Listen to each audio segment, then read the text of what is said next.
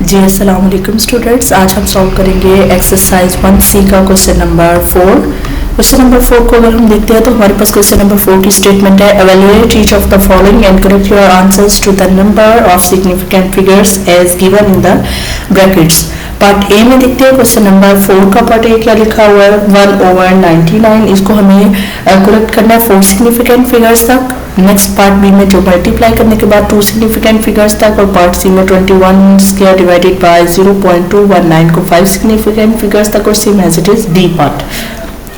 हम अपने question number 4 का पार्ट ए सॉल्व करते हैं। क्वेश्चन नंबर 4 पार्ट ए 4A ए पार्ट में आप लोग देखें तो हमारे पास क्या लिखा हुआ है, पार्ट ए है 1/99 और हमें इसको सिग्निफिकेंट फिगर्स 4 तक करेक्ट कर देना। ठीक है, जब हम इसे डिवाइड करते हैं 1 डिवाइडेड बाय 99 हमारे पास आंसर आता है 0.010101 और इस तरह से अप टू सो ऑन। अब आप देखें इसके 4 सिग्निफिकेंट फिगर्स रूल नंबर 1 के according all non zero, between वाले जीरो रूल नंबर 2 के अकॉर्डिंग। लेकिन आपको पता है कि रूल नंबर 4 के अकॉर्डिंग ये है कि आपके फर्स्ट नॉन जीरो से बिफोर जितने भी नंबर होते हैं, ये डिजिट्स होते हैं जीरो नंबर, ये सिग्निफिकेंट नहीं आते। लिखने में ये आ जाएंगे लेकिन ये पढ़ने में अगर हम इसको काउंट करें तो ये सिग्निफिकेंट फिगर्स नहीं होते। सो दैट मीन हमारा जो आंसर है वो 0.0 ये नॉन सिग्निफिकेंट नंबर है। आगे मूव करें तो हमारे पास 1010 यहाँ तक आपका आंसर होगा। और लास्ट वाला जीरो क्यों आया, क्योंकि उससे वेरी नेक्स्ट जो नंबर है अगर 1 को देखा जाए तो which is not stronger than 5, so that mean previous number 0 will be remain same as it is. So this is all about question number 4 part A. Moving to the next part, that is B part, 871 multiplied by 234. 871 multiplied by 234. Part B,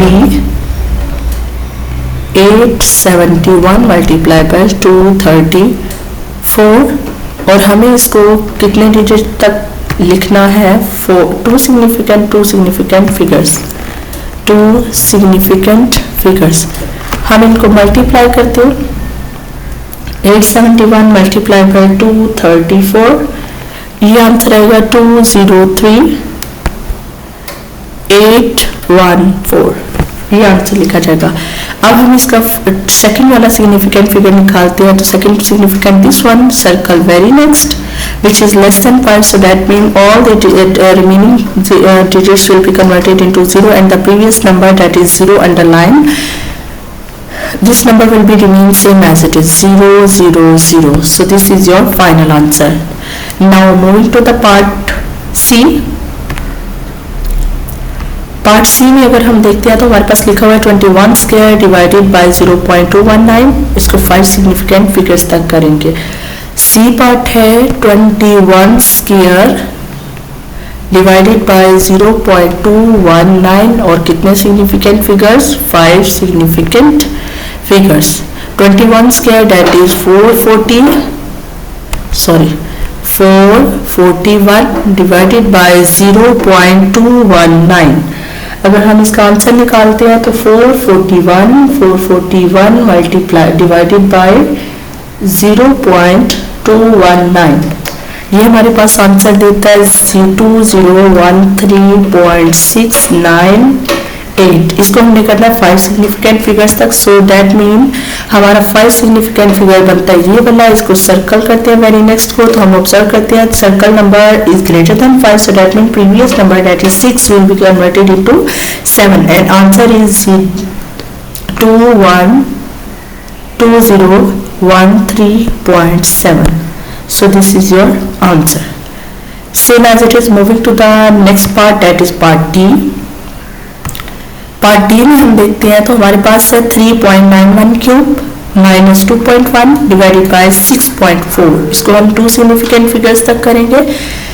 3.91 cube minus 2.1 divided by 6.41 और इसे हमने करना है 2 significant figures, 41 और 2 significant figures.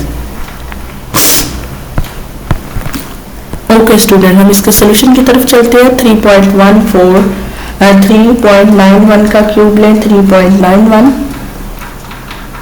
इसका जब हम cube लेते हैं तो हमारे पास आंसर आता है 56.77 6471 माइनस 2.1 डिवाइडेड बाय 6.41। फिर आप देखिए इसको इसमें से माइनस करें 2.1 which is 57.67647 divided by 6.61।